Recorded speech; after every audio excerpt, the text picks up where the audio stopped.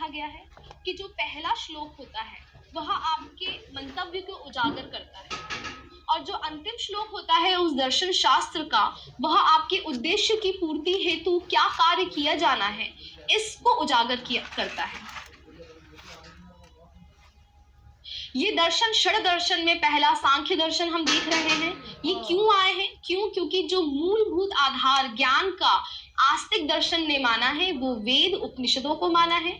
उनको आधार बना के उनकी विवेचना करने की कोशिश करते हुए ये दर्शन उत्पन्न हुए हैं, जिसमें सर्वप्रथम हमने सांख्य दर्शन देखा। और अगर हम देखें तो आपको यहाँ पे पहला श्लोक दिखेगा, सत्व रजस तमसाम साम्यावस्था प्रकृति ही प्रकृतिर महान महतो अहंकारो अहंकारात पंचतन मात्रा पयुभय निन्द्रयम् तन्मात्रेभ्यः स्थूल भूतानि पुरुष इति पंचविंशतिर्गणः।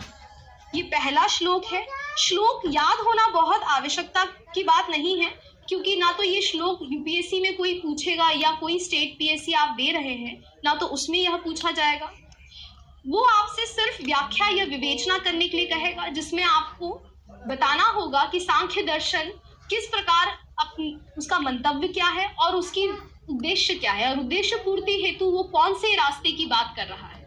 इस श्लोक का अगर हम अर्थ देखें तो सांख्य दर्शन में कहा गया है कि सत्व रजस और तमस की साम्यावस्था को, साम्यावस्था मतलब बैलेंसिंग को प्रकृति कहते हैं। हमने देख लिया साम्यावस्था भंग होने पर बनते हैं महत तीन अहंकार। तीन अहंकार जो है वो इस साम्यावस्था को भंग करती हैं। 5 तन मात्राएं, 10 इंद्रियां और 5 महाभूत। इनमें से ये सारे उसमें 25वां जो गुण है वो है पुरुष। जो पुरुष है प्रकृति के साथ में यह भी है। तो इनके हिसाब से पूरे विश्व की उत्पत्ति कैसे हुई है? प्रकृति है एक तरफ और एक तरफ पुरुष है। प्रकृति के फिर 3 गुण हैं, हमने देख लिया, रजस, तमस और सत्व। पुरुष जो है वो एक गुण है जो ये सारे प्रकृति पूरे विश्व के उत्पादन में प्रकृति के साथ में मेल खा के और साथ में अहंकार हो गए, 5 तन्मात्राएं हो गई, 10 इंद्रियाएं हो गई और 5 महाभूत हो गए। इनके समावेश से पूरा विश्व की उत्पत्ति हुई है। अब आप यहाँ पे कुछ चित्र देख सकते हैं। इन चित्र को अब हम समझने की कोशिश करेंगे। यहाँ हमारा सांख्य दर्शन खत्म हो जाएगा। चित्र के माध्यम से सांख्य दर्शन का निरूपण, ठीक है। अब आप पहला चित्र देखिए। यहाँ पे आपको क्या दिखेगा कि पुरुष जो है उसे हमने चैतन्य कहा है। चैतन्य मतलब हो गया आपका कॉन्शियसनेस। उस पे 3 चीजें काम करेंगी, बुद्धि, अहंकार और मन। जब अहंकार आ जाएगा तो वह क्या करेगा? जो हमारी बैलेंस्ड सिचुएशन है उसको ये भंग कर देगा। अहंकार जैसे ही आएगा मन हमारा क्या हो जाएगा? विचलित हो जाएगा। और विचलित करने के लिए सहयोग कौन देगा? हमारी इंद्रियां सहयोग देंगी, जिससे क्या उत्पत्ति होगी? तृष्णा की उत्पत्ति होगी। जब हम इस तरफ जाएंगे तो आप देखोगे कि हम बाह्य जगत जो है वो इसी तरीके से बना हुआ है। और यही चीज प्रकृति पूरी ये चीज है जिसमें पुरुष और इंद्रियां ये सारों का तालमेल है और इन सब की साम्यावस्था या तो बनी हुई है या तो साम्यावस्था इनकी भंग हो चुकी है। दूसरा चित्र देखें आप। सांख्य की दृष्टि में ब्रह्मांड की संरचना आप देखें तो पुरुष और प्रकृति 2 भाग में उनने इसे विभाजित कर दिया है पूरे विश्व को, पुरुष और प्रकृति। प्रकृति में उन्होंने कहा है क्या क्या चीजें हैं जो प्रकृति में है। पुरुष तो क्या है? चैतन्य हो गया। प्रकृति क्या है? रजस, तमस और सत्व गुण।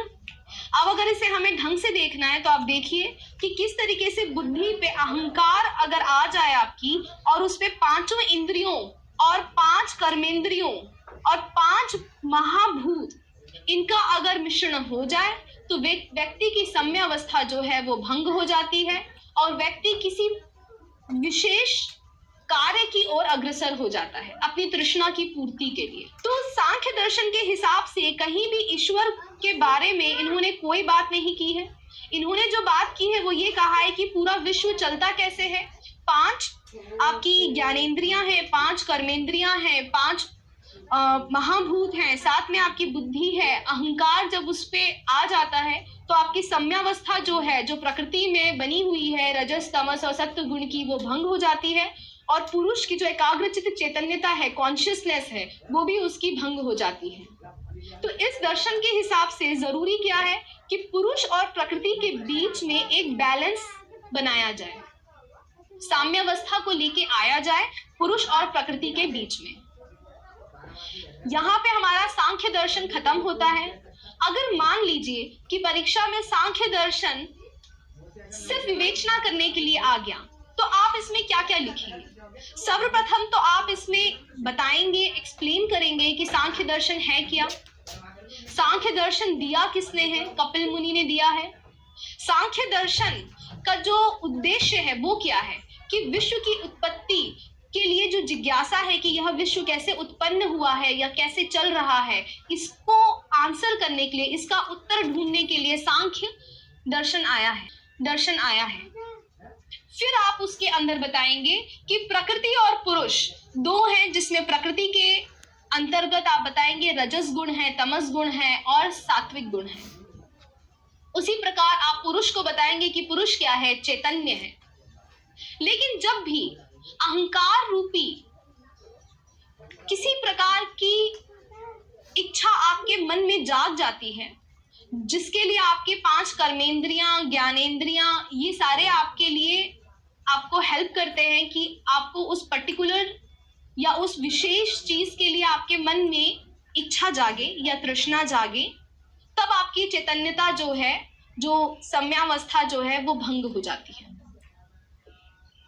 फिर आप इसमें जरूर बताएं कि इस दर्शन में क्या नहीं है, इसके लिए आप अलग से लिखें। इसमें आप सर्वप्रथम ये लिखेंगे कि इस दर्शन में ईश्वर की कोई बात नहीं की गई है, इस दर्शन में पुनर्जन्म के बारे में कोई भी व्याख्या नहीं की गई है। दर्शन का जो पूरा आधार है वो प्रकृति और पुरुष के तालमेल को बनाया गया है। साथ ही आप आखिरी में एक डायग्राम आप जरूर बनाएं, एक चित्र आप जरूर बनाएं अपनी बात को एक्सप्लेन करते हुए, या आप एक फ्लो चार्ट भी बना सकते हैं सांख्य दर्शन को एक्सप्लेन करने के लिए।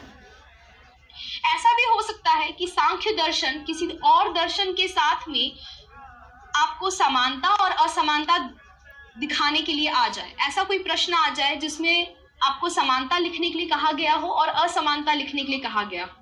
ऐसे प्रश्नों में आप क्या करेंगे कि एक तरफ आप जो चीजें हमने अलग अलग हेडिंग में लिखी है कि क्या नहीं है, क्या है, किसने दिया है, ये सारे आपके समानता और असमानता दिखाने के लिए पॉइंटर्स बन जाएंगे सांख्य दर्शन में। श्लोक आपको याद नहीं करना है, उसका अर्थ बस समझने के लिए है कि सांख्य दर्शन में उन्होंने प्रकृति और पुरुष और उनके बीच के तालमेल और जो सम्यावस्था बनी हुई है उसकी बात की है। उन्होंने पुरुष को चैतन्यता कहा है और प्रकृति को पंच महाभूत से उपरोक्त बताया है।